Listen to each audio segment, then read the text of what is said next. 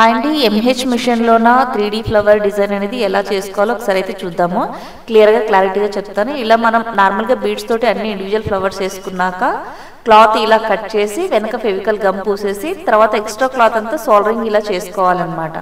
So అలా చేసుకున్నాక కింద లేయర్ మొత్తం ఆల్రెడీ ఎంబ్రాయిడరీలో వర్క్ అవుతుంది. ఈ పైన పెటల్స్ ఎక్స్ట్రా ఏవైతే ఉంటాయో ఒకదాని మధ్యలో ఒకటి వచ్చేలా సెట్ చేసుకోవాలన్నమాట ఫ్లవర్స్.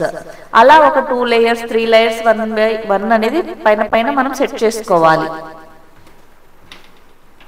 సో అప్పుడు మనకు 3D ఫ్లవర్స్ తోటి మంచి ఎఫెక్టివ్గా ఉన్న డిజైన్స్ అన్ని కూడా ఇలా డిజైన్స్ చేసుకోవచ్చు.